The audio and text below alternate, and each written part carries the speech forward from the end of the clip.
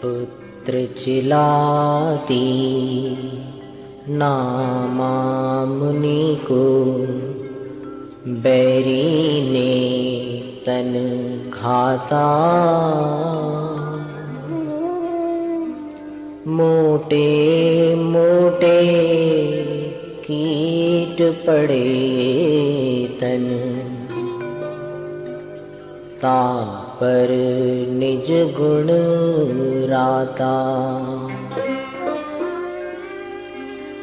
यह उपसर्ग सयोधर स्थिरता,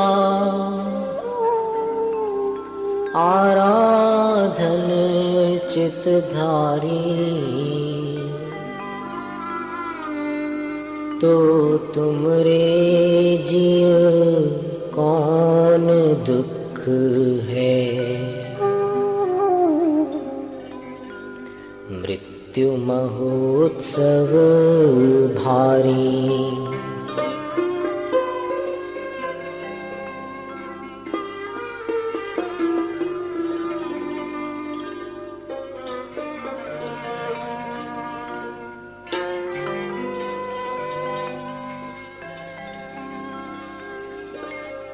धन्य नाम के मुनि की देहि, बाणन कर अरिभेदी। तापर नेक डिगे नहीं वे मुनि,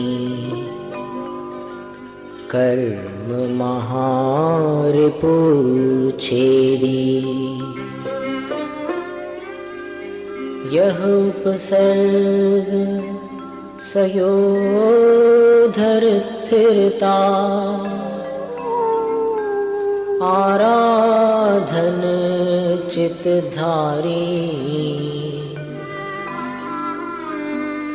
तो तुमरे जिय कौन दुख है,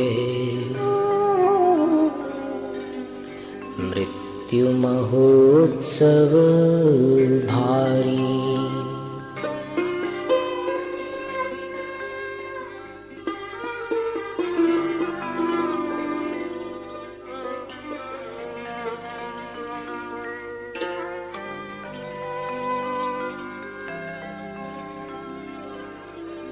अभिनंदन मुनि आदि 500, घाणी पेलिजु मारे। तो भी श्री मुनि समता धारी, पूरब कर्म विचारे। यह उपसर्ग सयोधर स्थिरता, आराधन चितधारी। तो तुमरे जिय कौन दुख है, मृत्यु महोत्सव भारी।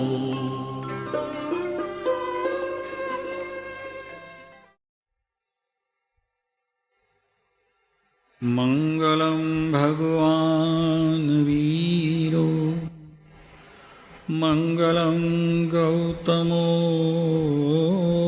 गणी, मंगलम कुंदकुंदार्यो जैन धर्मो नमोऽस्तु मङ्गलम् सर्वमङ्गलमाङ्गल्य सर्वकल्याणकारकम् प्रधानं सर्वधर्माणां जैनं जयतो शासनम्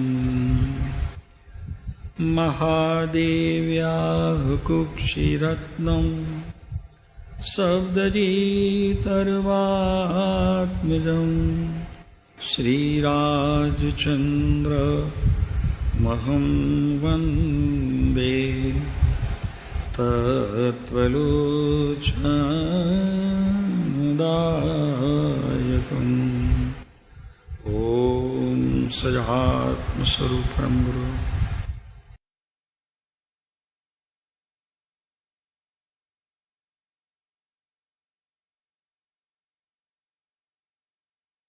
સમાધિ મરણની આ 3 ગાથાઓની અંદર અભિનંદન મુનિ એના 500 શિષ્યોની વાત આવી.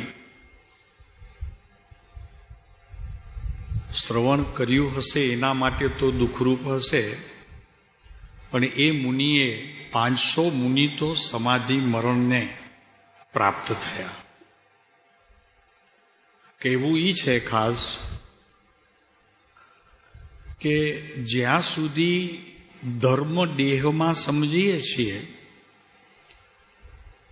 ત્યાં સુધી સમાધિની ક્રિયા શક્ય નહીં બને. કોઈ પણ ધર્મને પોતાના જીવનની સાથે જોડી દેવો એવો એક જ ધર્મ છે કે જેની સાથે આપણને નિરંતર અનાદિકાળથી સંબંધ રહ્યો છે. એવો આ દેહ, એની સાથે જ આપણને સંબંધ છે. કોઈ પણ પ્રકારના ધર્મ સાથે સંબંધ આપણે બહુ આગળ વધારી શકતા નથી. જ્યાં દેહ સંબંધીનો ધર્મ શરૂ થયો પછી બધા ધર્મો ત્યાં ગૌણ થઈ જાય છે. કોઈ જૈનમાં જન્મે, કોઈ વૈષ્ણવમાં જન્મે, કોઈ બુદ્ધમાં જન્મે, એની સાથે સમાધિ મરણને કોઈ નિસ્બત નથી. સમાધિ મરણને નિસ્બત એક જ છે કે અંત સમયે તમે દેહના ઉપયોગમાં ખરેખર મૃત્યુને શરણે થયા કે પછી આત્મા ભીતર જે છે એના શરણે રહીને તમે મૃત્યુને શરણે થયા. આની મહત્તા છે. જે કોઈ જીવ પોતાના આત્મતત્વને શરણે જઈને મૃત્યુને નિમંત્રણ આપશે એને જ અહીં સમાધિ મરણ હોઈ શકે. પછી તે કોઈ પણ ધર્મનો હોય. ત્યાં ધર્મ સાથે સંબંધ નથી. ધર્મ સાથે તો સંબંધ માત્ર આ જીવને ક્રિયા પૂરતું જ માત્મ્ય છે. અમે જૈનની ક્રિયા કરીએ, અમે વેદાંતની ક્રિયા કરીએ, અમે આની ક્રિયા કરીએ, અમે બૌદ્ધની ક્રિયા કરીએ, આ બધી ક્રિયાઓ સાથે આત્માને નહિવત સંબંધ છે. નહિવત એટલો કહેવાનો મતલબ કે ચેતના જે શક્તિ છે એ પોતામાં થતી ક્રિયાનો માત્ર તે આભાસ પ્રગટ કરી શકે, એની જોડે ભરી શકે નહીં. ચેતન તત્વ કોઈ પણ ક્રિયાની સાથે ભળતો નથી, માત્ર આપણને આભાસ થાય છે અને એની ક્રિયા જણાવવા સિવાય બીજી કોઈ ક્રિયા નથી. આજે આપણને વાત કરવી છે, આ 500 મુનિઓ સમાધિને પામ્યા, ઘાણીમાં પીલાયા. ક્રૂર રાજાએ એણે ઘાણીમાં પીલ્યા અને બધા દેહને ભૂલી, દેહ ભાન ભૂલી, હું આત્મા છું, હું દેહ નથી, દેહાદી સાથે સંબંધમાં રહેલા મારા આ જગતમાં કોઈ જ નથી. એક વ્યક્તિ માત્ર નથી, કોઈ ધર્મ મારો નથી, મારો તો ધર્મ એક જ છે કે આ દેહ સાથે સદાને માટે નાતો તૂટે છે. હવે મારે એવા દેહને ધરવા નથી કે જે દેહ મને દુઃખનું કારણ થાય, સંપ્રદાયનું કારણ થાય. એવા દેહને મારે ધરવા નથી. મારે તો ભીતર મારા પરમાત્માને જાગૃત કરીને સમાધિ મરણને પ્રાપ્ત કરવું છે. તેમાંના આ 500 મુનિ, આપણને એમ થશે કે આને તો ઘણો કાળ થઈ ગયો, અત્યારે કોઈ એવા પ્રસંગો બન્યા છે ખરા? અગર બને છે ખરા તો કે જેને સદગુરુનો ભેટો થયો હોય અને એ સદગુરુ કોઈ પક્ષમાં ન હોય, કોઈ સંપ્રદાયમાં ન હોય, સનાતન માર્ગને અનુસરતા હોય, એવો પ્રત્યેક જીવ દેહથી પોતાના આત્માને છૂટો પાડી શકે છે અને ફરી ન જન્મવાની પ્રતિજ્ઞા પણ એની સાથે ઊભી રહે છે. કોઈ દેહ નહીં, કયા પક્ષનો છે, કયા ધર્મનો છે, એ વાત અહીંયા કોઈ બંધ બેસતી થતી જ નથી. કારણ કે સંબંધ છે દેહમાં મમતા, દેહની સાથે રહેલા જીવોની પણ મમતા, આસક્તિ, એ જ્યાં સુધી છૂટે નહીં ત્યાં સુધી ધર્મની વાત માત્ર કાં તો વાણીમાં રહે છે, કાં તો ક્રિયામાં રહે છે, કાં તો સંપ્રદાયમાં રહે છે, અને કાં તો એનો જન્મ હર પડે અહંકારમાં થાય છે. સદગુરુ એ છે કે સંપ્રદાયથી છોડાવે, સંપ્રદાયમાં રાખે નહીં. અને સદગુરુ એ છે કે જે તમારા આત્માને નિરંતર જગાડતા રહે. કોઈ સંપ્રદાયને લઈને નહીં, કોઈ ધર્મના વાળાને અનુસરતો કોઈ વેપાર નહીં. તો વાત એ ચાલે છે કે અત્યારે આ કાળની અંદર એવા સમાધિ મરણને પ્રાપ્ત થઈ શકે એવા સદગુરુ અને એવા સાધક જીવો હોઈ શકે? હા ભરતભાઈ, હોઈ શકે? તો આપણી પાસે આ શ્રીમદ રાજચંદ્ર જરા કહી દઈએ, કોઈ નવા આવ્યા હોય એને ખ્યાલ ન હોય. શ્રીમદ રાજચંદ્ર પોતે જૈન નહોતા, જૈનમાં જન્મ્યા નહોતા. એમના માતા પિતા પણ જૈન ધર્મનું પાલન કરતા હતા, મા કરતા હતા. એને કારણે થોડુંક એમણે જૈન દર્શનનો અભ્યાસ કર્યા પછી વિશ્વમાં એ ધર્મની પ્રખ્યાતિ અને ખ્યાતિ જેટલી સત્ય હતી એ બધું બહાર લાવ્યા. કોઈના ઉપર પણ જરી દબાવ કરી અને આ જ સત્ય છે એવો પક્ષ એમણે કર્યો નથી. એટલે એ વાત નક્કી કરી લઈએ આજે. તો એવા પુરુષ શ્રીમદ રાજચંદ્ર વવાણિયાનો આ સંત, જ્યાં રામબાઈનો જન્મ થયો અને એ રામબાઈએ આખા સૌરાષ્ટ્રની અંદર એટલી બધી કીર્તિ મેળવી છે કે અત્યારે એનું ઇજ્જતથી લોકો નામ પણ લે છે. એ મંદિરના દર્શન કરવા માટે સંઘોના સંઘ આવે છે અને એમને ખૂબ પ્રેમથી આદર કરી એમના બહાર પડેલા જે કંઈ સુબોધ પુસ્તકો છે એમનું શ્રવણ કરી અને પોતાનો જીવનમાં થતી જે કંઈ ત્રુટિઓ એ સુધારવાની કોશિશ પણ કરી છે, કરતા રહે છે. હજી પણ આ રામબાઈ માનું ત્યાં સ્થાન છે કે જ્યાં શ્રીમદ રાજચંદ્ર પરમ કૃપાળુ દેવનો જન્મ થયો હતો. આજે લાખો માણસો, તેમાં ખાસ કરીને જૈનો અને એમની સાથે રહેલા મિત્રતા ભાવે અન્ય પણ ધર્મના જીવો એ શ્રીમદ રાજચંદ્રને પોતાના માને છે. ભાઈ એક વાત કહીએ તમને, એમણે તો કહ્યું જ હતું જતા વેત મૃત્યુ સમયે કે આ વાણિયાને બોધ નહીં આપતા. આપ વાણિયા નથી ને? નહીં, વાણિયાને સારું, સરસ. કારણ કે એમને કંઈક વાણિયા માટે એટલું હતું વિશેષ, તો બીજું કાંઈક દ્વેષ નહોતો, પણ એટલો ભાવ જરૂર હતો કે વેપારી છે ને એમ દરેક બાબતમાં ધર્મ ક્ષેત્રની અંદર પણ આમ ત્રાજવાએ તોલશે કે લાભ આમાં વધુ છે કે આમાં વધુ છે, એટલું જ હતું. એમને દ્વેષ ભાવ નહોતો એટલે એની વાત કરીને અત્યારે આગળ ચાલીએ છીએ કે આ પુરુષે આ કાળની અંદર કેટલા જીવોને સમાધિ મરણ પ્રાપ્ત કરાવ્યું છે, વાત એ કરવી છે. તો 33 વર્ષની ઉંમરમાં તો આ પુરુષનો દેહ છૂટી ગયો. માત્ર 33 વર્ષ અને 6 મહિના એટલું જ જીવન એમને રહ્યું. એમાં પણ કેટલા જીવો એમની પાસેથી આ બોધ ગ્રહણ કરી એમને સદગુરુની પદવી એમને તો હતી, પણ પોતાના જીવનની અંદર પણ સ્થાપિત કરી દીધી કે સદગુરુ છે, સદગુરુ છે.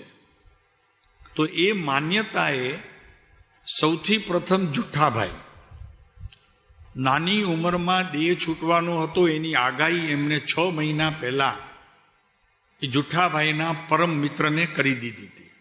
બરોબર છે, ખ્યાલ છે ને આપણને બધાને? 6 મહિના પહેલા કયા જ્ઞાનથી કરી એ પૂછવામાં આવે તો એનો એક જ ઉત્તર છે, જ્ઞાનની નિર્મળતાના કારણે. 6 મહિના પહેલા આ બાળકને જોયા પછી અમદાવાદની અંદર મિલ માલિકનો પુત્ર એમને કહી દીધું એમના મિત્રને કે આમનું આયુષ્ય ટૂંકું છે, 6 મહિનાની અંદર આ બાળકનો ત્યાગ દેહ છોડીને વયો જશે. તો એને પણ સમાધિ મરણ કરાવવાની બધી તૈયારીઓ આ પુરુષે કરી અને એમને સમાધિ મરણ કરાવ્યો. અને એટલે સુધી કે એમના મુખેથી એ વાણી આવી કે અમને હવે જાજા ભવ ભ્રમણ નથી, 15 ભવથી અમને હવે વધુ ભવ નથી. તો કેટલી શ્રદ્ધા ભાઈ, કેવા પ્રકારની શ્રદ્ધા હશે. આપણે સદગુરુ સદગુરુ સદગુરુ ગુરુ ગુરુ ગુરુ કહેતા રહીએ છીએ, પણ આપણા જીવનની અંદર ખરેખર જ્યારે પૂછવામાં આવે તો મેં ગુરુ જેને શબ્દે માન્યા છે, દેહે માન્યા છે, તો ખરેખર મારા જીવનની અંદર એનું કાંઈ વહેણ છે કે નહીં? એના માટે કોઈ જગ્યા સ્થાન છે કે નહીં? એના માટે કોઈ એક જલનું બિંદુ પણ છે માત્ર અશ્રુથી આવે એવો મેં કંઈક રાખ્યું છે કે નહીં? કે એમના વિરહના સમયે મારા હૃદયની ભીનાશ આ અશ્રુમાંથી બહાર આવે અને એનાથી હું નિત્ય સ્નાન કરતો રહું, એવું કોઈ અંગ મારા જીવનમાં પ્રગટ્યું છે કે જેને હું સદગુરુ માનું છું? આ એનું પ્રમાણ છે. માત્ર ગુરુ કેવું, ચરણ સ્પર્શ કરવા અને આગળ પાછળ ફરવું, એનું નામ ખરેખર સદગુરુ કહેવામાં આવતું નથી. એ તો બહારનો વ્યવહાર છે. ભીતર તો વ્યવહાર કેવો હોય છે એની વાત આપણે કરશું. અત્યારે મારે અમને એ કહેવું છે કે એમને છેલ્લો પત્ર લખ્યો. ભાઈ, આ એમનું વચનામૃત છે. આપણી સામે જે અત્યારે મૂક્યું છે ને એ એમનું વચનામૃત છે. એમાં પોતાના ખાસ ખાસ કહેવાતા જે કોઈ મુમુક્ષુઓ એમના પરિચયમાં આવ્યા એમને લખેલા આ પત્રો છે, જે અમારા માટે એક ઉત્તમ ગ્રંથ છે. શાસ્ત્રથી પણ અધિક એ ઉત્તમ ગ્રંથ છે પત્રો એમાં, પણ અમારા જીવનમાં એનું ખૂબ મહત્વ છે. અમારા જીવનમાં તો છે જ.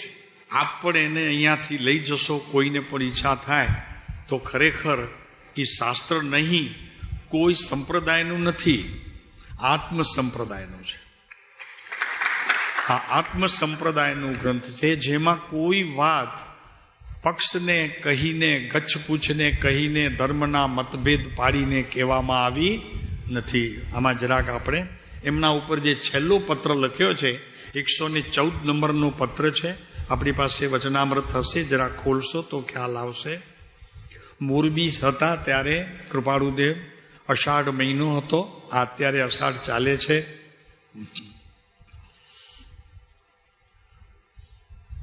મોરબીનો નિવાસ કૃપાળુદેવ લખે છે કે અમે જ્યાં અત્યારે મોરબી આવ્યા છીએ એનું અત્યારે જે વાસ છે, અમે જ્યાં રહ્યા છીએ, એ વ્યવહાર નહીં પણ અસ્થિર હોવાથી, ધર્મક્ષેત્રની તો વાત જ નથી કરી, પણ વ્યવહારથી પણ વાત કરી કે અસ્થિર હોવાથી ઉત્તર પાઠવી શકાય તેમ નહોતું. જો એક વસ્તુ થઈ કે મહાત્મા ગાંધીજીએ જે શબ્દો કહ્યા છે અહીંયા પુરવાર થાય છે કે શ્રીમદે કાંઈ પણ લખવા માટે લખ્યું નથી, અંતરથી જે સૂઝ્યું છે તે જ આ લખ્યું છે. આ ગાંધીજીનો અભિપ્રાય આ શ્રીમદ રાજચંદ્ર માટે. તો અહીંયા પણ લખે છે કે વ્યવહાર નહે પણ અસ્થિરતા હોવાથી ઉત્તર પાઠવી શકાય તેમ નહોતું. તો કે તમે પ્રશ્ન કર્યું છે અને મારે એનો ઉત્તર આપવો પડે તો હું આપી દઉં છું એમ નહીં. પોતાની સ્થિતિ પણ એવા પ્રકારની હોવી જોઈએ તે સમયે પોતાના આત્મામાંથી જેને પત્ર લખવામાં આવે છે એના પ્રત્યેનો પ્રેમનો એક ઉમળકો, જાદો નહીં, વધુ નહીં, પણ પ્રેમનો એક ઉમળકો એવો આવવો જોઈએ કે હું જે લખું તેને એના જીવનમાં કાર્યકારી થવું જોઈએ તો જ લખું. મારું ચિત્ત બીજે ઠેકાણે રહેતું હોય, ચિત્તની ચંચળતા હોય, અસ્થિર મન હોય તો અમારે કાંઈ લખવું નથી. આ ગાંધીજીના શબ્દો છે કે કવિશ્રીએ જે કંઈ લખ્યું છે એ અનુભવના એરણથી લખ્યું છે. અનુભવ સિવાય એક શબ્દ પણ એને લખ્યો નથી. આ રાષ્ટ્રપિતા મહાત્મા ગાંધીજીના શબ્દો છે. તમારા પ્રશસ્ત ભાવ માટે આનંદ થાય છે. જોયું? પ્રશસ્ત ભાવ, આનંદરૂપ ભાવ અંદરથી નિરંતર રહેતા હશે. જુઠ્ઠાભાઈને અષાઢ મહિનામાં 1946ની સાલ છે. તો ગુરુ અને શિષ્યનો વ્યવહાર એ છે કે શિષ્ય ગમે ત્યાં હોય, ગુરુ એની સાથે હોય. એને ગુરુ ક્યાં છે એની ખબર રાખવાની જરૂર નથી, એ તો એની ભીતર છે. આ જ્યાં સુધી નથી ત્યાં સુધી ગુરુ શિષ્યનો વ્યવહાર માત્ર શબ્દોમાં અને કાં તો દેહ સંબંધીનો રહે છે, અંતરનો રહેતો નથી. અને અંતરનો જો ગુરુ શિષ્યનો સંબંધ રહેતો નથી તો ન જીવને કાંઈ લાભ થાય છે, ન ગુરુને આપવામાં કાંઈ આનંદ આવે છે. તો ચાલો, તમારા પ્રશસ્ત ભાવ માટે આનંદ થાય છે. કૃપાળુદેવ લખે છે જુઠાભાઈને ખબર છે આયુષ્ય થોડું છે, થોડાક સમયની અંદર એ છોકરો જવાનો છે, 24 વર્ષની ઉંમરમાં દેહ છૂટવાનો છે, અત્યારે 23 ને 6 મહિના ચાલે છે. આ બધી ખબર છે, છતાં કેટલું સ્વસ્થપણે લખે છે. ઉત્તરો ઉત્તર એ ભાવ તમને સત્ફળદાયક થાવ. કોઈ શુદ્ધની વાત ન કરતા, આત્માની વાત ન કરતા તમે જે શુભ ભાવમાં, પ્રશસ્ત ભાવ એટલે શુભ ભાવ, આદરણીય ભાવ, આદરણીય ભાવ ભીતર તમને, તમારી સાથે રહેલા બધાને. ભાવ જીવ પોતા માટે છે અને શુભ ભાવ સર્વે માટે હોય છે. અને અશુભ ભાવ એને જ ભોગવવાનું હોય છે.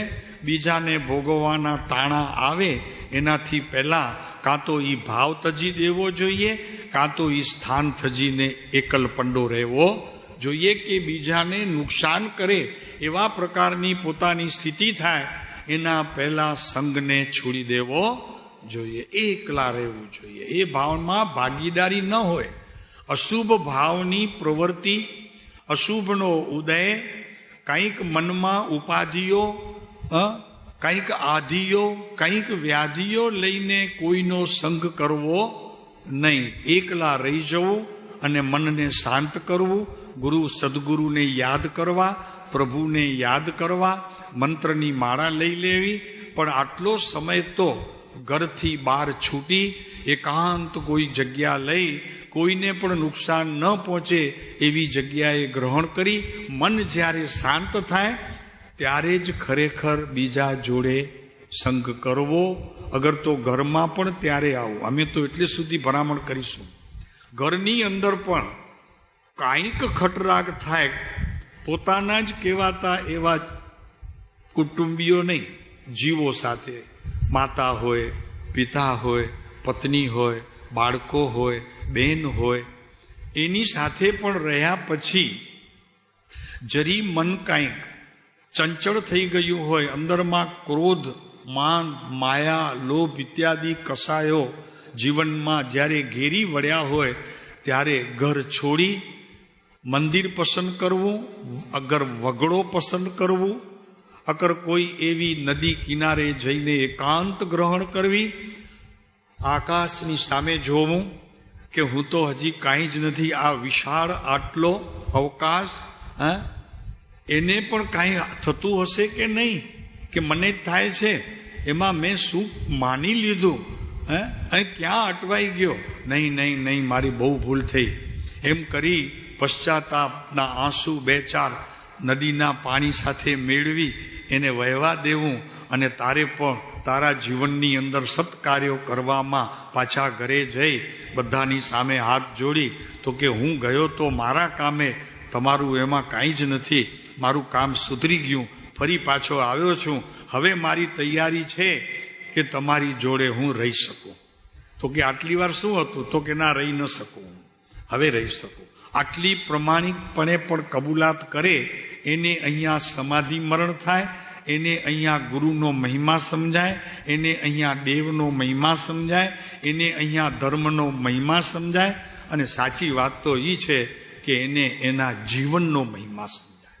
અને જ્યાં સુધી આપણને આપણા જીવનનો મહિમા નથી આવતો, મજા કેવી છે નવીનભાઈ? ગુરુનો મહિમા છે, દેવનો મહિમા છે, ધર્મનો મહિમા છે, સંપત્તિનો મહિમા છે, પણ જીવનનો મહિમા, જે જીવન હું જીવી રહ્યો છું એનો મહિમા ક્યારે પણ એમ થયું છે? કોઈકને એવો વિચાર આવ્યો છે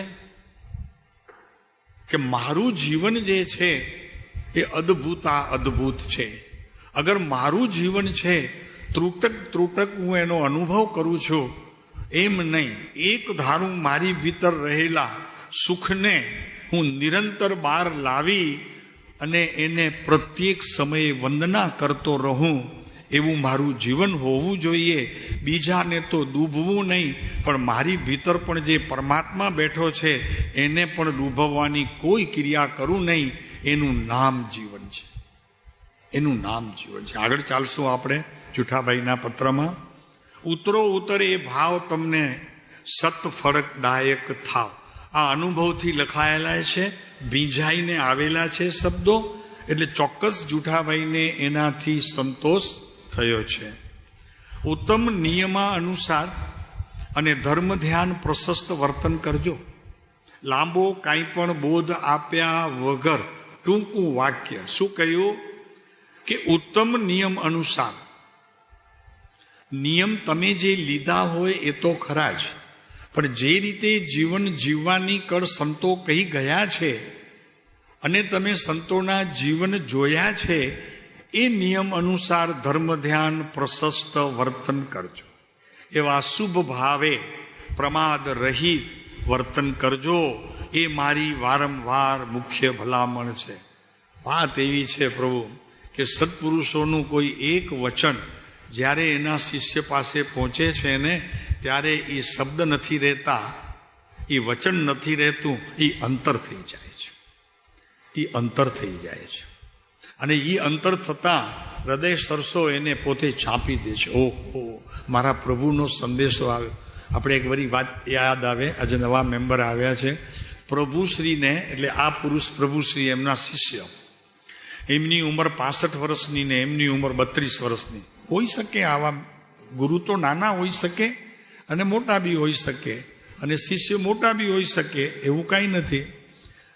જ્યારે એમનો એક પત્ર આવતો, મુંબઈ હતા પરમ કૃપાળુદેવ,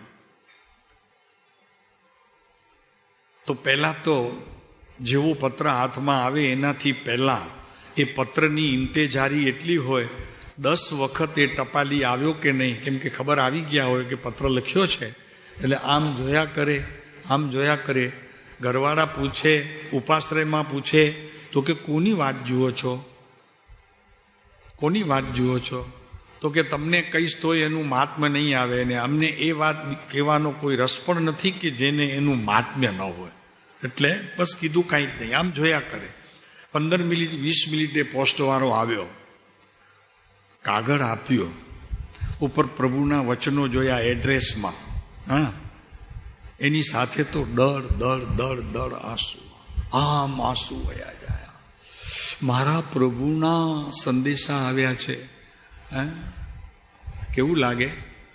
વૈકુંઠથી કૃષ્ણ મહારાજ અત્યારે અહીંયા બેઠા બેઠા કોઈ સંદેશો આપે આપણને, અને કોઈ દૂત ઊભો હોય તો કે ત્યાંથી આવ્યો છું, આ સભામાં બેઠેલા સજ્જનોને જોઈ અને મને એમ થયું કે હું એક સ્વજન દાખલ થાઉં, સંદેશો લાવ્યો છું, આ લ્યો સાહેબ.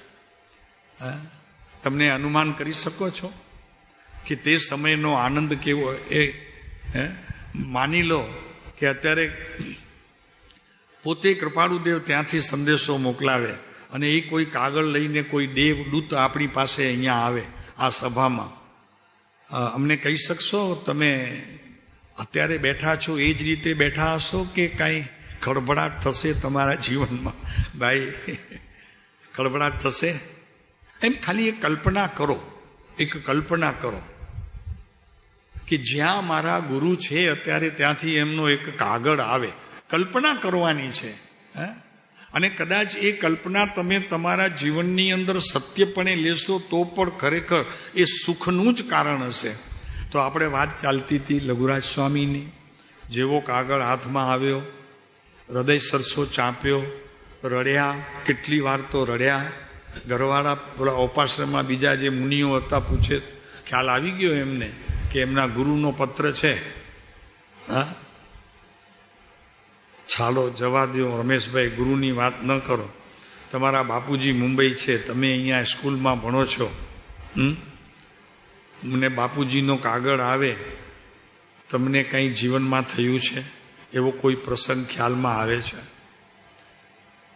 તમારા બાપુજીનો પત્ર છે, પોસ્ટે આપ્યો, તમે મૂક્યો, સ્કૂલેથી આવ્યા, તમને કોઈએ કીધું બાએ તો કે તારા બાપુજીનો કાગળ છે, તમને કાંઈ એની અસર થઈ હોય? માતા યાત્રાએ ગઈ હોય, યાત્રાથી પાછી આવી ગઈ હોય, તમે સ્કૂલે હો અને તમને ખબર પડે કે એ તારી મમ્મી આવી ગયા, યાત્રા કરીને મમ્મી આવી ગયા, તો કાંઈ જીવનની અંદર આપણને ખળભળાટ થઈ છે. આ કહેવાનો આશય એટલો જ છે કે જ્યારે ગુરુ મળ્યા છે એ તો પછી મળ્યા છે, પણ જ્યારે ગુરુનો કોઈ શબ્દ તમારે કાને પડે ત્યારે કાંઈ ખળભળાટ થાય છે કે નહીં? અંદર રહેલું પરમાત્મ તત્વ કાંઈ તોફાન કરે છે કે નહીં? મીઠા તોફાન હોય એના. બરોબર ને? બાળકને, નાનું બાળક હોય 2-2.5 વર્ષનું, તોફાન કરે તો એને કોઈ મારતું નથી, એને લાડ લડાવે છે. તમે ખ્યાલ રાખો પ્રભુ, તમે મોટી ઉંમરના છો, તમે કદાચ ભગવાન સાથે લડશો ને તો પણ ભગવાન તમને લાડ લડાવશે. સમજાય છે? તમને ભગવાન લાડ લડાવશે, તમને વઢશે નહીં, નક્કી સમજી લેજો. તો આપણી વાત ચાલે છે પ્રભુશ્રીની. કાગળ હાથમાં આવ્યો, આમ ફેરવ્યા કરે, હૃદય સરસો ચાંપે, ક્યારેક આંખમાં પાણી આવે, ક્યારેક કાગળ લઈને 2-3 કૂદકા મારે અને પછી બધાની વચ્ચે નહીં, જંગલમાં જાય. આ તો પ્રસંગ ખ્યાલ હશે આપણને ખ્યાલ છે? સાંભળ્યું છે કે આમાં વાંચ્યું છે? આ ચેન્નઈ વાળાને પૂછું છું. હાજી.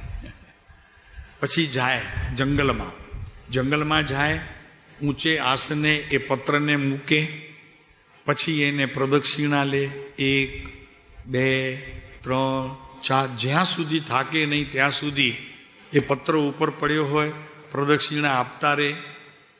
પછી જરાક થાક જેવો અહેસાસ થાય, શરીર તો થાકે ને ભાઈ, મન તો ન થાકે, એટલે પછી એને ઉપાડે, ચૂંબે. ક્યારે ચૂંબો છો તમે જીવનમાં? એક વાત કરી રહીએ છીએ, થોડું હટકે કહીએ છીએ. આ તમને આ ક્રિયા કરવાનો ક્યારે ભાવ આવે છે જીવનમાં? તમને આ કરવાનો ક્યારે ભાવ આવે છે? કહી દો, વાંધો નથી, સંસારી છો. કયો એવો પ્રસંગ તમારા જીવનમાં આવે છે કે જેનાથી તમે ચૂંબવાનું મન થશે? તો કયો મહેન્દ્ર? ક્યાં ગયા મહેન્દ્રભાઈ?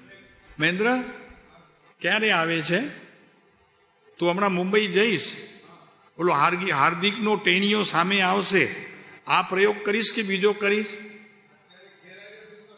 બાપા, તો તમે કહો, સ્વીકાર કરો કે આ પ્રસંગ ક્યારે આવે છે કે જ્યારે સામી વ્યક્તિ ઉપર, અગર સામે જે પદાર્થ પડ્યો છે એના ઉપર અતિ પ્રેમનો ઉમળકો જ્યારે આવે ત્યારે કોઈ તમને કહે છે કે બાપુ ચુંબન આપતું, મીઠીઓ આપ, મીઠીઓ, તીખીઓ નહીં, ખારી નહીં, ખટાસવાળી નહીં, મીઠીઓ આપ, એમ કેવું પડે છે કોઈને કે સહેજ ક્રિયા થઈ જાય છે? રાજુભાઈ કેવો જોઈએ? સહજ થઈ જાય છે કે કોઈને કેવું પડે છે? તો એવી રીતે પ્રભુશ્રીએ હોઠે લગાડી ફરી પાછું મૂકે, ફરી ઊભા થાય, ફરી મૂકે, ફરી ઊભા. પછી ખોલવા ટાણે તમને કાગળ ખોલવો હોય તો કેટલી વાર લાગે? કોઈ પત્ર તમારો આવ્યો હોય, તમે એને ઓપન કરો તો કેટલી વાર લાગે? કયો તો ખરા ભરતભાઈ, કેટલી વાર લાગે? 1 જ મિનિટ, અડધી મિનિટ માંડ લાગે, નહીતર તો 15 સેકન્ડમાં પૂરું. પ્રભુશ્રીને 1/4 કલાક લાગતો. 1/4 કલાક, ઓછામાં ઓછું 1/4 કલાક એટલા માટે કે 48 મિનિટમાં એક સામાયિક હોય છે જૈનોની, તો એ 48 મિનિટ તો એની સામાયિક કરે પહેલા. એટલી વાર ખોલતા લાગે, થોડુંક ખોલે વળી રહેવા દે, થોડુંક ખોલે વળી રહેવા દે, થોડુંક ખોલે વળી રહેવા. આ વાત તમે ગંભીરતાથી જોજો. ભલે અમે હસીને વાત કરીએ છીએ, પણ બહુ ગંભીરતાથી લેજો. આ બધી ક્રિયાની અંદર પોતાના સત્પુરુષો પ્રત્યેનો જે પ્રેમ છે ને, એ પ્રેમ ક્યારેક એમને ખબર છે કે આ ઉગી નીકળશે તે એવું ઉગી નીકળશે કે મારા ભવ ભ્રમણ મટી જશે. અને સદગુરુ પાસે જ્યારે શિષ્ય જાય છે ને, તો ઉમ્મીદ એક જ હોય છે કે આ સંસારના દુઃખોથી હું છૂટું. બીજું તો પછી હોય છે, પણ પહેલામાં પહેલી વાત તો આ હોય છે કે આ 4 ગતિની પરિભ્રમણથી મારે છૂટી અને મારે મોક્ષે જવું છે. એના સિવાય બીજી કોઈ તમન્ના હોતી નથી. ક્રિયા પૂરી થઈ, 48 મિનિટનું એક સામાયિક થઈ ગયું મહેશભાઈ. પછી વળી એક આગળ લીધું ને કાઢતા કેટલી વાર તમને કવરમાંથી તમે કાઢો કેટલી વાર લાગે? નથી, કોઈને કાગળ જ નથી. હવે SMS આવે છે, શું કરવે? હા, આમાં આંગળીઓ જ ફેરવ્યા કરે, આંગૂઠા ને આંગળીઓ. હવે ઓલી બધી મજા વહી ગઈ ભાઈ. એ કાગળમાં જે મજા હતી ને, એ મજા હવે રહી નહીં.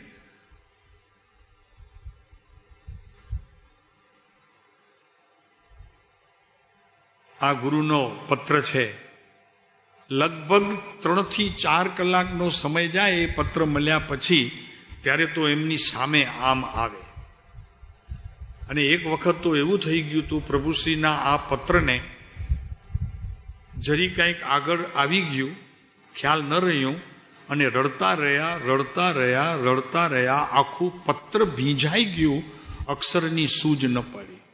અક્ષરની સૂજ ન પડી એનો ખેદ ન રહ્યો, પણ આ પત્ર મારા હાથમાં હજી પલળ્યું કેમ નહીં, સાવ લિક્વિડ કેમ ન થઈ ગયું, એવી એમની તે સમયની ઈચ્છા રહી હતી. આનું નામ ગુરુ શિષ્યના વ્યવહાર છે. આનું નામ ખરેખર સમાધિ મરણની પ્રાપ્તિ કરાવે એવા ગુરુઓની આ વાત છે, એવા શિષ્યની આ વાત છે. આ વારંવાર મુખ્ય ભલામણ છે. શુદ્ધ ભાવની શ્રેણીને વિસ્મત નથી કરતા. એ આનંદ કથા છે, જોયું? ત્યારે પણ આવા સમયે પણ ભીતર રહેલું પોતાનું પરમ તત્વ જે છે, કે જે તત્વ દ્વારા હું ગુરુને ઓળખી શક્યો, જે તત્વ દ્વારા હું ગુરુની સેવા કરી શક્યો, જે તત્વ દ્વારા હું ગુરુની ઉપાસના કરી શક્યો, એ પણ ખરેખર તમારા જીવનની અંદર તમે વિસ્મૃત નથી કર્યું, સતત સ્મૃતિમાં રાખ્યું છે. એ એક આનંદ કથા છે. બંને વાત આવી ગઈ. ગુરુનું મહાત્મ્ય પણ આવ્યું, દેવનું મહાત્મ્ય પણ આવ્યું, અને પોતાની ભીતર રહેલું પરમાત્મ તત્વ એનું પણ ખરેખર મહાત્મ્ય આપણને આવ્યું કે નહીં? તો આ વાત એવા જુઠાભાઈના મૃત્યુ સમયે પછી અંબાલાલભાઈ પછીથી ગયા, છતાં સ્મૃતિ કેવી ને કેવી રહી હતી એ આપણે એનું પઠન પાઠન કર્યું છે. પછી પ્રભુશ્રીનું જીવન, ત્રિભુવનભાઈનું જીવન,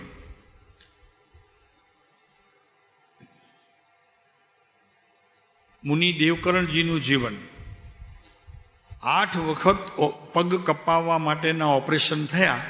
બિલકુલ એમણે બેસુધ કરવાની ના પાડી દીધી, મને બેસુધ નહીં કરતા. ડોક્ટરને જે કંઈ પગ કાપવા હોય કાપે, ઓપરેશન કરે, સાંધે કૂટે, જે કંઈ કરવું હોય તે, પણ મને જાગતા બધું આ થવું જોઈએ. મને એનેસ્થેસિયા નહીં આપતા, કોઈ ગોળી ટેબ્લેટ મને નહીં આપતા. આ દેવકરણજી મુનિની વાત. આપણે ભક્તિ 4 કલાક કરી લઈએ, સામાયિક પ્રતિક્રમણ પૌષધ કરી લઈએ, યાત્રા બદ્રી કેદાર જઈ આવીએ, પણ જરી શરીરને કાંઈ પણ તકલીફ થાય તો ત્યાં જ ઢીલા ડપ થઈને બેસી જઈએ. હે આમ થઈ ગયું, આમ બદ્રી દેખાય, આમ અમારા જૈનોમાં જાય તો આમ શિખરજી દેખાય, શેત્રુંજય દેખાય, ગિરનાર નેમનાથ દેખાય, પણ જ્યાં કાંઈક પગમાં કાંઈક થયું કે હાથમાં થયું કે પેટમાં, હવે મારાથી નહીં જવાય. મહાત્મ્ય કોનું હતું? દેહનું. ત્યારે પણ હવે નહીં જવાય, હવે જઈશ તો હેરાન થઈશ. સાચી વાત છે. પાછા આવે છે કે નહીં ઘણા? હા, યાત્રાએથી. હમણાં તમને ઈશ્વર કરીને કાંઈ ન થાય, પણ જરી ગડબડ થાય તો તમારું બીજો નેક્સ્ટ પ્રોગ્રામ તમે કેન્સલ કરો કે ચાલુ રાખો? ભાઈ ચેન્નાઈના પૂછું તું. હા, મહાત્મ્ય કોનું છે? સવાલ એ છે, કોનું મહાત્મ્ય છે? દેહનું કે આત્માનું? અને આમ તો બોલતા રહીએ, ગુરુ શીખવે દેહ અને આત્મા તો જુદા છે, આત્મા સાથે દેહને સંબંધ નથી, દેહ સાથે આત્માને સંબંધ નથી. હા, દેહ તો બીજા ઘણા મળશે, આ આત્માને ઓળખવાનું છે. આવી બધું ઘણો બોધ મળશે, ઘણો બોધ, ઢગલા બંધ બોધ મળશે, પણ એક અંશ ગ્રહણ કરે તેની વાત છે. આપણે અહીંયા જરી આજે મેમ્બર નવા આવ્યા છે એના માટે આ સમાધિ મરણની વાત કરી. ઘણી કરવાની બાકી છે, પણ આજે આટલું જ લઈએ અને આપણા ચાલતા વિષયને આપણે જરી આગળ વધારીએ. કાલે આપણે કહ્યું કે ભાવ કુટુંબ, 2 કુટુંબ હોય, 2 પ્રકારના. એક દ્રવ્ય કુટુંબ હોય, કાકા મામા માસા ભુવા વગેરે, ધર્મપત્ની, બાળકો, આ દીકરી, આ જમાઈ વગેરે હોય. તો આ ભાવ કુટુંબ છે. કેવું હોવું જોઈએ ભાવ કુટુંબ?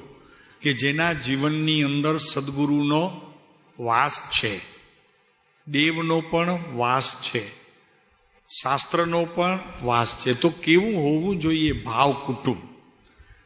તો કાલે સમજ્યા છીએ થોડુંક કે ધીરજ જેનો પિતા છે, પિતાની ગંભીરતા જેને ઓળખાય છે. અને તમે જોજો, હંમેશા પુરુષ હોય છે એ થોડું ગંભીર હોય, ઉતાવળો નથી હોતો. અને એમાં પણ જ્યાં પિતાની જવાબદારી અદા કરવાની વાત આવે ત્યારે ખૂબ ધીરો થઈ જાય. દીકરાને કહેવામાં પણ ધીરો, એને કોઈ પણ ધંધામાં વધારવો હોય આગળ તો પણ ધીરો, તો કે બેટા ઉતાવળ ન કર. કારણ કે એને ખબર છે કે ઉતાવળ કરવાથી શું થાય છે. એમ અહીંયા ધર્મ સમજવામાં ને ધર્મ પામવામાં ને ધર્મ કરવામાં જે 3 તફાવત છે. એક ધર્મ કરવો છે, એક ધર્મ સમજવો છે, અને એક ધર્મ આદરવો છે. એમાં પણ જે ખરેખર પિતા હોય એને ઉતાવળ કરવાની ન કહે. બેટા ધીરજથી પહેલાં બધી જગ્યાએ તપાસ કરવી, પછી આપણે કોઈ કઈ જગ્યાએ ગુરુ માનીને એના આદેશને આપણે પાલન કરવું, એના આદેશમાં રહેવું, એ ધીરજ. એનું નામ પિતા. ક્ષમા જેની માતા છે. કેવું પડે એમ છે કઈ નવીનભાઈ? માતા માટે માતા નામ જ બરોબર નથી. ક્ષમા, ક્ષમા, આખું નખ શીખ ક્ષમા. એ માતા છે, એ માતા હોય છે. અને આવું જીવનમાં ખરેખર જે પોતે સમજ્યો છે એ ધર્મ પામવાનું ઉત્તમ સાધન છે. એમ પરમ કૃપાળુ દેવનું આ વચનામૃતની અંદર એક શબ્દ મૂક્યું છે કે જે વડીલોનો આદર કરી શકતો નથી, વિનયપૂર્વક પ્રવર્તી શકતો નથી, એ સદગુરુની વાણીને પાત્ર નથી. વારે વારે ગુસ્સો આવી જતો હોય એ પણ ખરેખર સદગુરુને મેળવવાને પાત્ર નથી. એની વાત. પરમાર્થ જેનો મિત્ર છે, પરમાર્થને અનુસરતો એવો કોઈ પુરુષ એનો મિત્ર છે એમ નહીં. પરમાર્થ પોતે મિત્ર છે. પરમ ઉત્કૃષ્ટ અર્થ પ્રયોજન. જીવનની અંદર એક જ પ્રયોજન છે કે મારે આ સંસારથી છૂટવું છે. કોઈ પણ પ્રકારે 4 ગતિના પરિભ્રમણથી મારે છૂટવું છે. તો પરમાર્થ જેનો મિત્ર છે એ એનું ભાવ કુટુંબ છે, એનું ભાવ કુટુંબ છે. અહીંયા કોઈ વ્યક્તિ સાથે વાત નથી.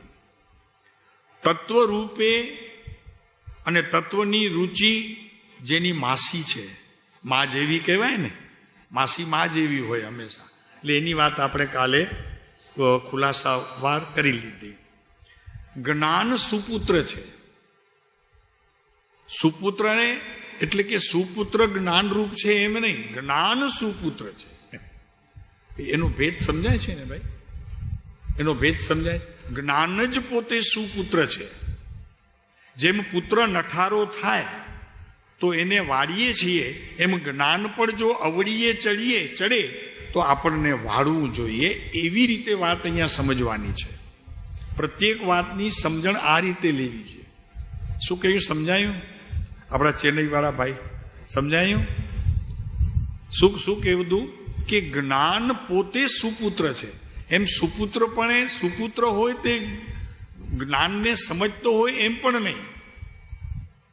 કરુણા પુત્રી છે. કારણ કે આપણે કહીએ છીએ કરુણા કેવી, કરુણા કેવો ન કહેવાય, એટલે એને અહીંયા પુત્રીની ઉપમા આપી. કરુણા કેવો ન કહેવાય, દયા કેવી કહેવાય, કરુણા કેવી કહેવાય, એટલે અહીંયા એને પુત્રીની ઉપમા આપી છે. અને મોટે ભાગે જોજો, પિતા હંમેશા બધાને વઢશે, દીકરીને નહીં વઢે. હા, તો એ સંબંધને યાદ કરજો.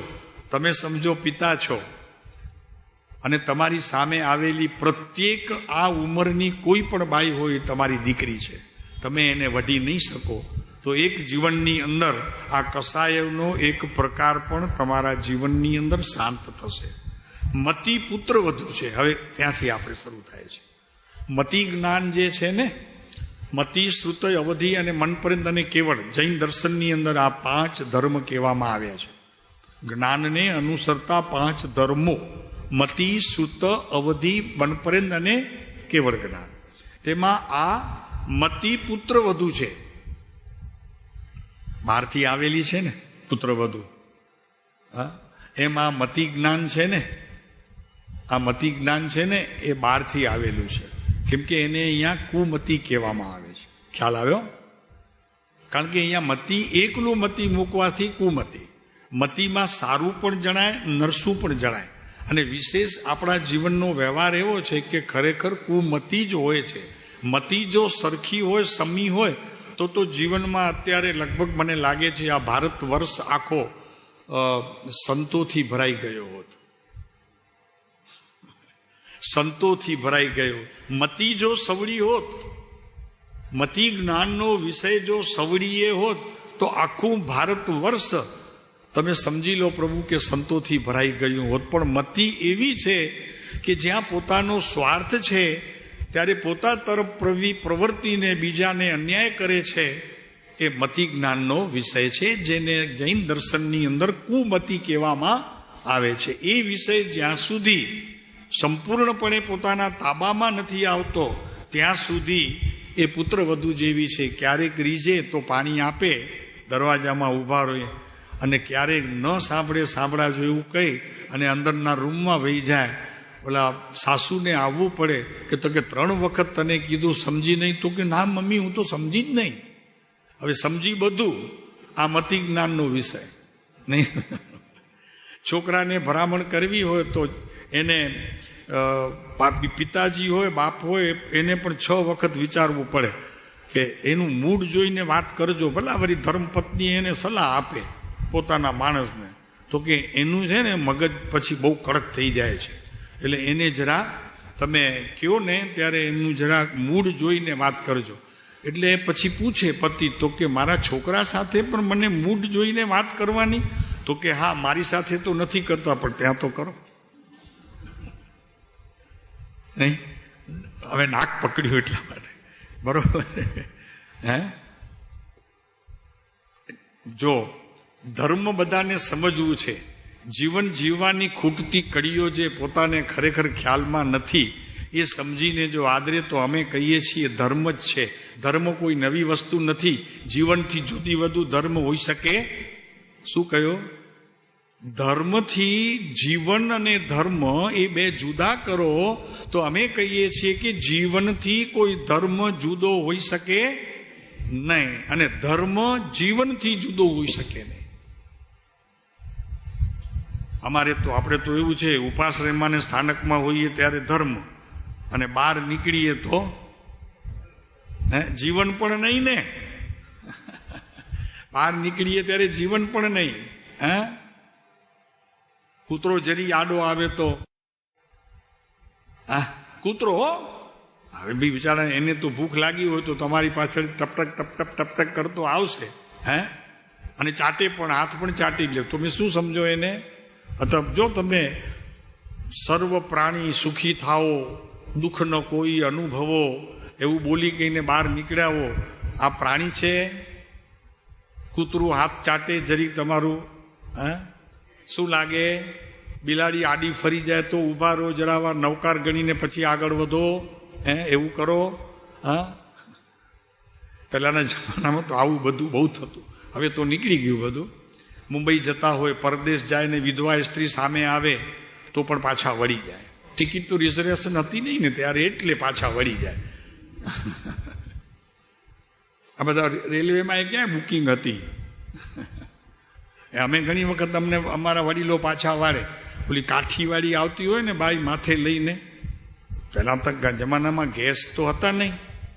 ગેસ તો હમણાં વધ્યા. ખાવાનું વધ્યું એટલે ગેસ વધ્યા, તળેલું વધ્યું એટલે ગેસ વધ્યા. ખાવામાં પણ ફાસ્ટ ફૂડ આવ્યો, જંક ફૂડ આવ્યો એટલે ગેસ વધ્યો. એમ થયું છે. અમે કયા ગેસની વાત કરતા હતા? અરે ભાઈ, જેમાંથી કઈ વસ્તુ બની શકે, ગરમ થાય એ નહીં. પણ અમારે તેમાં તે સમયની અંદર ઓલા આવે ને, બેનો આવે ઘર માટે ખાલી બર્તન ભેગું કરે. ચૂલા હતા ને ત્યારે તો એમાંય કોઈ બાઈ સામે મળે, પરદેશ જતા હોઈએ એટલે મુંબઈ. હવે તો અમેરિકા જાય તોય કોઈ પાછું આવતું નથી. વગર વિજાએ ત્યાં બેઠા હોય, પકડશે ત્યારે દેખા જાયગા. માંડ તો આવવા મળ્યો, મહિનાની મુદત હતી, પૂરી થઈ ગઈ, કાંઈ વાંધો નહીં, જવા દો ને, ક્યાં ખબર પડે છે. આવી જીવનની સ્થિતિ. અને તમે કેમ આવ્યા અમેરિકા? તો કે યાર સંતની સંમેલન હતી એટલે આવવું પડ્યું. અચ્છા, સંતની સંમેલનમાં આવ્યા ને આવું ખોટું કરવાની છૂટ? તો કે એ વસ્તુ જુદી છે યાર, એ વસ્તુ જુદી છે. બેની સાથે શું સંબંધ છે? વચ્ચામાં માથાકૂટ ન કરો. ઓલી બેન આવતી હતી તો બાએ તરત જ મને સાથ કરી, તો કે પાછો આવો. મેં કીધું કેમ, શું થયું? તો કે નહીં, આજે મુંબઈ નથી જવાનું. કેમ? તો કે તને પછી કહીશ, પહેલા ચાલ અંદર આવ, ઘરમાં આવ, ચપ્પલ ઉતાર. આવી બધી માન્યતાઓ આપણા જીવનની અંદર જ્યારે હોય છે ત્યારે ખરેખર તમે એમ સમજો છો કે સ્થાનક અને ઉપાશ્રય આપણા જે ગજવ્યા હતા, મંદિરો ગજવ્યા હતા, મોટા મોટા અવાજ દઈને ઘી બોલ્યા હતા, આ બધું યોગ્ય હતું કે અયોગ્ય હતું? ચાલો આગળ ચાલશું. મતી પુત્રવધુ છે, સમતા જેની સખી છે. સમતા નામ નહીં, સમતા ક્રિયાપદ નહીં, કર્તાપદની વાત ચાલે છે. સમતા જેના જીવનમાં હોય અને એણે પોતાની સખી માની હોય તો એ ખરેખર યોગ્ય છે, ધર્મને પાત્ર છે, અને ધર્મ એના જીવનમાં આવી પણ શકે. પણ સમતા નથી. સામાયિકમાં બેસે સાંજના સમતા વગર. હવે સામાયિક પોતે સમતા રૂપ છે, સમતાને લાવે છે સામાયિક. તો કે સમતા તો છે નહીં. પોતાની સીટ ઉપર કોઈ પાથરણું હતું ને આવીને બેસી ગયું તો ઝઘડો શરૂ થઈ જાય ત્યાં જ. આ મારું પાથરણું છે, તમે ક્યાં બેઠા અહીંયા બેન? પણ બેન કહે છે કે તમે સમતા લેવા આવ્યા છો, સમતા નામની સામાયિક તમે કરશો, જરા ઉભા રહો, કઈ ઉતાવળ ન કરો, હું ત્યાં બદલું છું. આ તે જવું જ પડશે ને, એમાં શું છે? ઓલી બેન બિચારી કે હું લઉં છું બેન, તમે ઉતાવળા ન થાવ. હા તો એમાં કઈ ઉપકાર નહીં કરો, જાઓ, આ મારી સીટ છે. તો સમતા જેની સખી છે. જીવનમાં એટલી સમતા આવવી જોઈએ કે આ ક્ષેત્રે જેમ બેઠા છીએ અને હાથ લાગી જાય તો કાંઈ વાંધો નહીં. શું કહીએ આપણે? નહીં કાંઈ વાંધો નહીં, પગ લાગી જાય, કાંઈ વાંધો નહીં. કેમ કે જે ક્ષેત્રમાં બેઠા છીએ તે ક્ષેત્રમાં ક્ષમતા રાખવી પડે છે નહીં. શું કીધું? રાખવી પડે. અને બહાર ક્યાંક હાલતા ચાલતા કે કાં કોઈ એવા બીજા ક્ષેત્રે આપણું હાથ પગ જોતા નથી, આંખ નથી તમારે, જોઈને ચાલો ને ભાઈ. મોટી ઉંમર છે, પડી જઈશ તો હમણાં હાડકા ભાંગશે. તો કે બાપા હું લઈ લઈશ, તમને ચિંતા ન કરો, હોસ્પિટલમાં લઈ જઈશ, તમને પડી જશો તો. શું હોસ્પિટલમાં મને લઈ જવા માટે તું ગમે તેમ ચાલે છે? બાપુ એમ નહીં, તમે સમજો, સાતા રાખો જરા. હે ઓલાને એમ વટે ને, તો કે એટલા માટે તું ગમે તેમ ચાલે છે ને મને હોસ્પિટલમાં લઈ જવા માટે વાત કરે છે તે. તો કે નહીં કાકા, એવું નથી, શાંતિ રાખો. તો અહીંયા કહે છે કે સમતા જેની સખી છે. સમતા કેવો ન કહેવાય એટલે એને અહીંયા સમતા આ નામ આપ્યું. અંબાલાલભાઈની જરી વાત કરીએ. કીધું તું કાલે આપણી વાત થઈ હતી તો બે વાત કરી લે. સાહેબ, હું કહેવા નથી આવ્યો, પણ મારા મનની સ્થિતિ આપને કહું છું. અંબાલાલ શિષ્ય હતા, પરમ કૃપાળુદેવ ગુરુ હતા. ઉંમરમાં લગભગ 10-12 વર્ષનો જ તફાવત હતો. તો કે સાહેબ, આજે સવારના મંદિરમાં ગયો, ભગવાન જોયા, ભગવાનના દર્શન કર્યા, પણ પ્રભુ એક મોટી ભૂલ થઈ ગઈ છે, તમે પ્રાયશ્ચિત આપો. તો કે બોલ અંબાલાલ, શું થયું?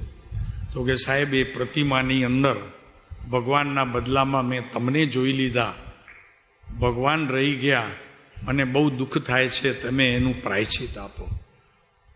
પરમ કૃપાળુ દેવ કે શું બોલે? હવે પોતાની જ પ્રતિમા માટે કહી રહ્યા છે કે એમને કૃપાળુ દેવ દેખાયા ત્યાં અને એમને જ કે છે અમને તમે જરા કહેશો કે એ પ્રમાણે પછી કાગળ લખીએ. તમે એ જગ્યાએ હો તો શું કરો? ખ્યાલ આવ્યો? આ તમે બેઠા છો, તમે જેમ તમારા શિષ્ય હોય શિવના મંદિરમાં જાય કે કૃષ્ણના મંદિરમાં જાય, તો કૃષ્ણની પ્રતિમામાં કે શિવની મંદિરમાં તમને જોઈ લે અને તમને જ આવીને કે મને પ્રાયશ્ચિત આપો, આ ભૂલ થઈ ગઈ, કૃષ્ણના બદલામાં મેં તમને ભાળ્યા, શિવના બદલામાં મેં તમારા દર્શન કર્યા, તમે મને સજા આપી શકો છો. બોલો તમે શું કરશો? ન્યાય શું કરશો? તો આવી જ રીતે અંબાલાલ ભાઈએ કીધું કૃપાળુદેવને આવીને, તો કે સાહેબ, મંદિર ગયો તો આ ભૂલ થઈ ગઈ છે, એનો દંડ આપો. તમે વિચાર કરજો કે કૃપાળુદેવે શું દંડ આપ્યો હશે. અગર શું કહ્યું હશે જરા વિચાર કરજો ચેન્નઈના ભાઈઓ, પછી ત્યાં કહેજો, પછી અમને કાગળ લખજો, ઘર ફોન કરજો કે કૃપાળુદેવે ત્યારે શું જવાબ આપ્યો હશે. પોતાને જ પૂછે છે, એમને જ. પછી બીજી વખત જ્યારે ગયા હશે દર્શન કરવા માટે, કૃપાળુદેવના દર્શન કરવા ગયા, કૃપાળુદેવના ઘરે કૃપાળુદેવના દર્શન કરવા માટે અંબાલાલ ગયા. ત્યારે અંબાલાલને ઓલું જે સીન જોયું હતું તે કૃપાળુદેવને જોયા પછી એમાં અહંકારનો જન્મ થયો.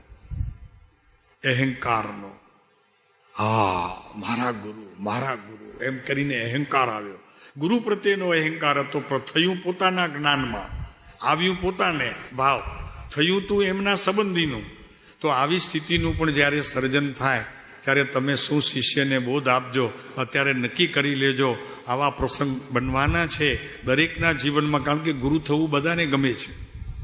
ગુરુ થવું, કારણ કે અત્યારે સમય એવો આવ્યો છે કે દિવસા દિવસે હવે ગુરુ વધશે અને શિષ્ય ઘટશે.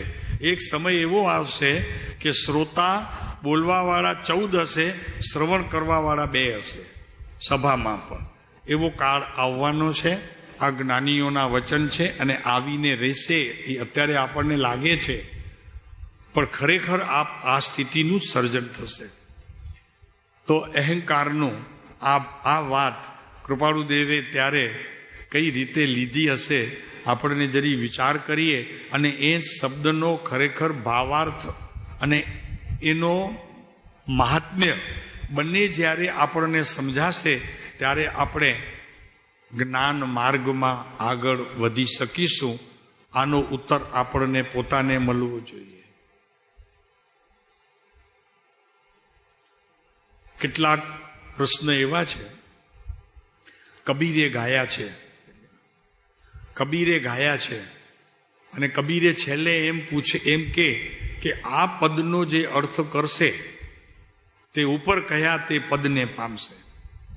આ પદનો જે અર્થ કરશે તે આ પદને પહોંચશે, એટલે ત્યાં પહોંચી જશે ઉચ્ચ પદ ઉપર. એવા ઘણા પદ કબીરના પણ છે, આનંદગંજી મહારાજના પણ છે. અત્યારે અમને આનંદગંજી મહારાજનું પદ સ્મૃતિમાં આવ્યું છે. એક પદ છે, એ અર્થ કા કરે જો નિવેડા, એ અર્થ કા જો કરે નિવેડા, એને અહીંયા મોક્ષ મળે. એ બે મત નથી, તો સાંભળજો, બધાને ખબર છે, આનંદ આવશે. સસરો મારો બાલો ભોલો, સાસુ બાલ કુંવારી. મુત્તલ સમજે છે? સસરો મારો બાલો ભોલો, સાસુ બાલ કુંવારી, પ્રિયતમ મારો પોઢ્યો પારણીએ, મેં તો ઝુલાવન હારી. નહીં હું પરણી નહીં હું કુંવારી, પુત્ર જણાવણ હારી, કાલી દાઢી કો મેં નહીં છોડ્યો, તોય હું બાલ કુંવારી. इस अर्थ का जो करे निवेड़ा, એને આત્મદર્શન થાય, એને આત્મદર્શન થાય. ભાઈ કરજો ત્યાં ચર્ચા. અને નહીતર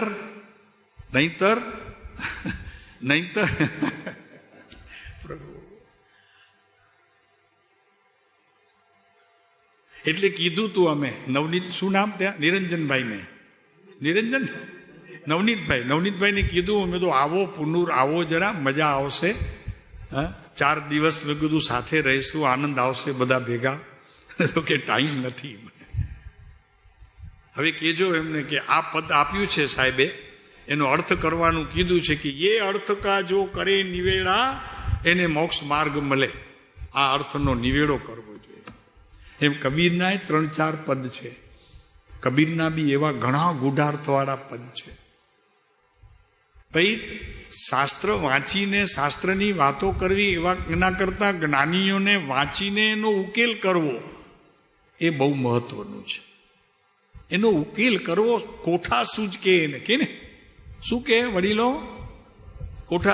કોઠાસૂજ વાળો ઘરમાં એક જો પુરુષ હોય ને, તો બધા એની સલાહ સૂચન લેવા માટે જાય. બાપ પણ એની સલાહ લે દીકરાને પછી, કેમ કે એ કોઠાસૂજ વાળો છે.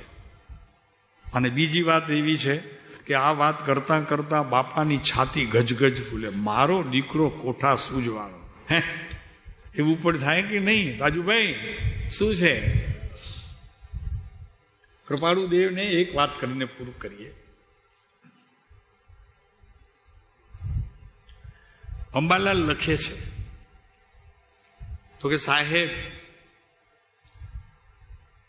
અમારી ભક્તિને તમે અનુભૂતિ નામ આપ્યું છે. બહુ ભક્તિ હતી, ઉત્કૃષ્ટ ભક્તિ હતી. એટલે અત્યારે અમારા જૈનોની અંદર તો એટલી ભક્તિ તો બહુ ક્યાંક જ જોવા મળે છે. જ્યારે અમે અહીંયા જ્યારે ભક્તિની વાત કરીએ ત્યારે ખબર છે કે અમે વેદાંતને પહેલો નંબર આપીએ છીએ. કે વેદાંતીઓ પાસે, કૃષ્ણપંથી પાસે કે શિવપંથી પાસે જેટલી ભક્તિ છે એમાંની ભક્તિ અમારા જૈનોમાં, બરોબર છે, વાત કરીએ છીએ. અને વાસ્તવિક સત્ય છે કે અસત્ય છે? એમાં સત્યપણું છે ને, ભક્તિ નથી આપણી પાસે ઓછી છે. સમર્પણતારૂપ ભક્તિ છે ને, એ એમની પાસે બહુ છે. તમે વિચાર કરો, કૃષ્ણને 6 વખત તો દિવસમાં નવડાવે, કપડાં પહેરાવે, એમનું ભોજન આપે પ્રિય. તમે શું કરો છો?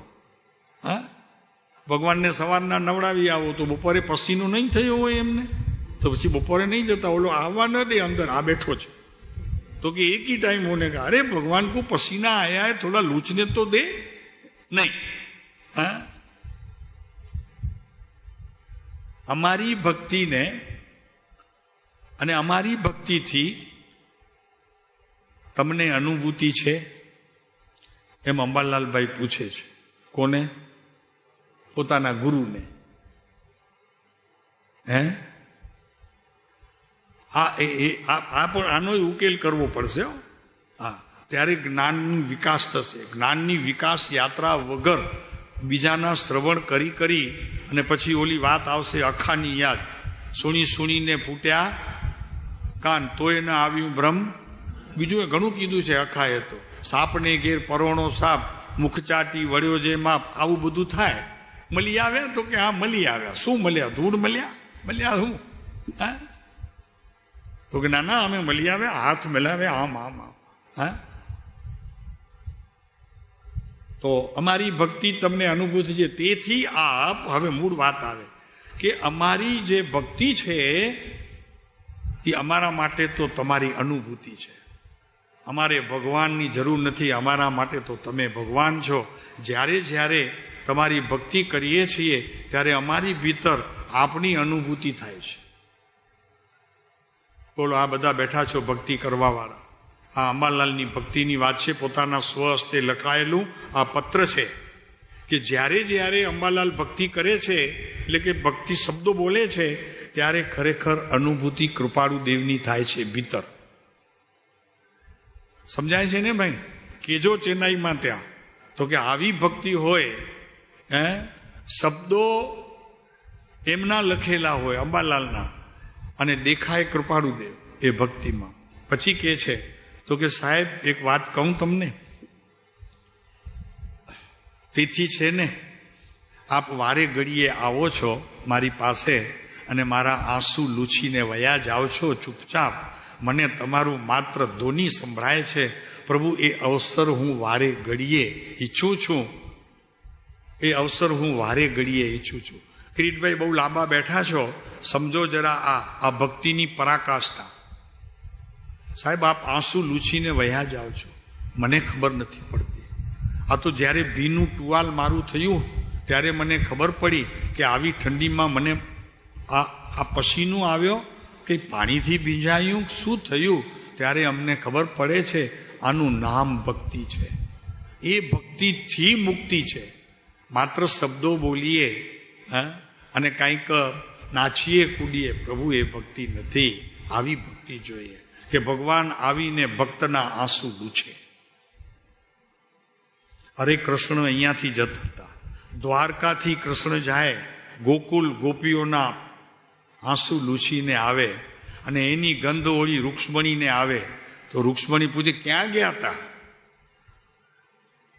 રૂક્ષ્મણીને રાજુભાઈ, રૂક્ષ્મણીને, કૃષ્ણના પત્નીનું નામ નહીં, મને ખબર નથી. રૂક્ષ્મણી પૂછે તો કે આ ગોપીઓના આંસુથી ભરાયેલો આ વસ્ત્ર છે, હું લઈ આવ્યો. તો ત્યાં તમે જઈ આવ્યા એટલી વારમાં? તો કે હા જવું પડે, એની યાદ આવીને જવું પડે, મારે શું કરું? હું બેઠી છું અને એમની યાદ આવે. અત્યારે કોઈ એવી પત્ની છે કે પોતાના પતિને આ રીતે ચલાવી લે? બોલો, નીકળે છે કોઈ પત્ની એવી કે પોતાના પતિનું આવું વર્તન ચલાવી લે? તો કે સાહેબ તમને ખબર નથી, કૃષ્ણ હોવો જોઈએ ને.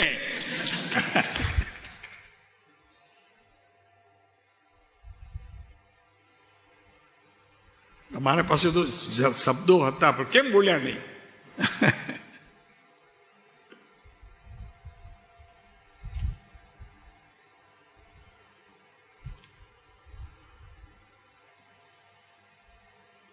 मेरो तो आधार श्री राज के चरणारविंद,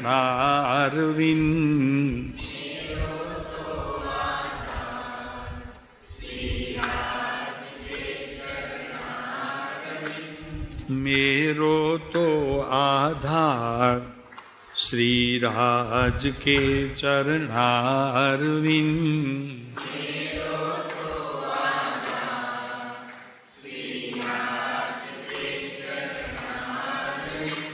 राज के चरणारविंद, राजेश्वर के चरणारविंद,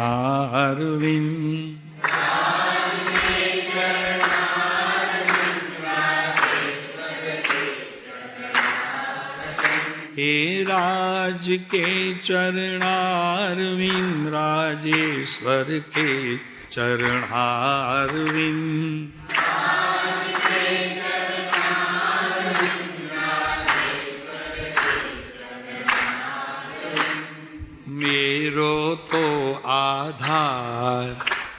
श्री राज के चरणारविंद।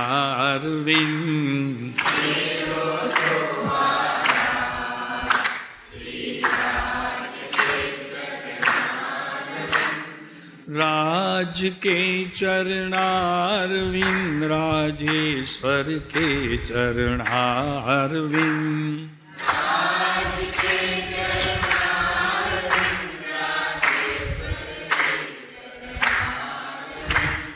मेरो तो आधार श्री राज के चरणारविंद।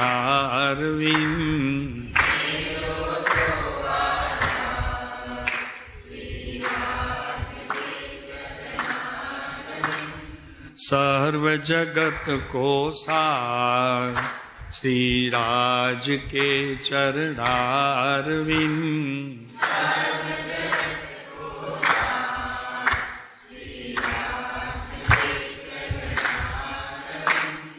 इस कलियुग के उद्धार नहीं उद्धार, ये इस कलियुग में उद्धार श्री राज के चरणारविंद।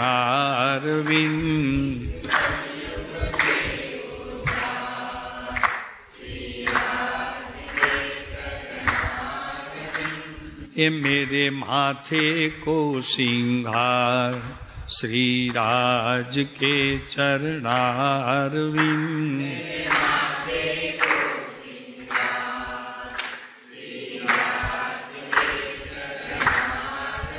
मेरे गले को हार श्री राज के चरणारविंद।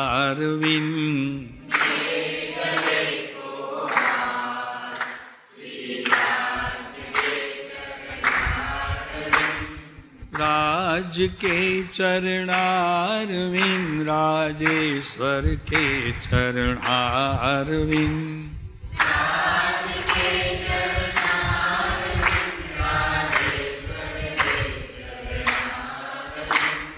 मेरो तो आधार श्री राज के चरणारविंद।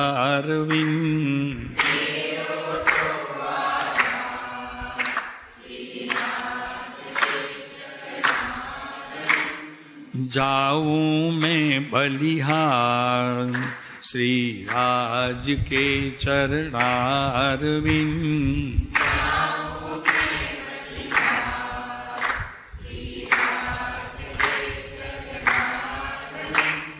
गाऊं बारंबार श्री राज के चरणारविंद।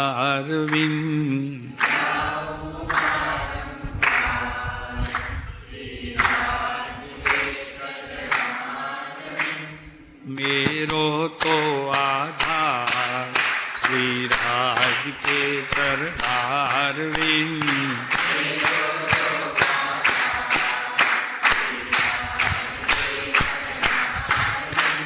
राज के चरणारविंद, राजेश्वर के चरणारविंद।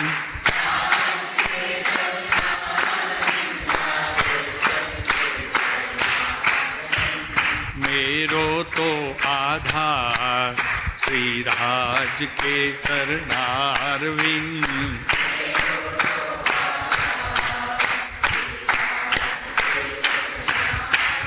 हे मेरो तो आधार श्री राज के चरणारविंद।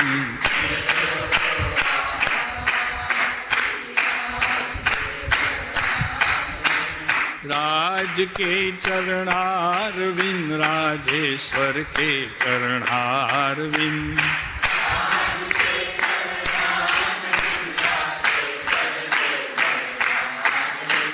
मेरो तो आधार श्री राज के चरणारविंद।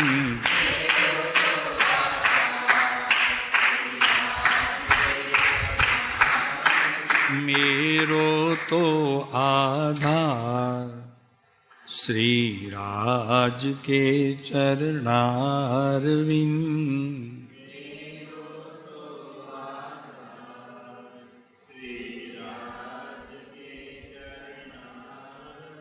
સુખદામ.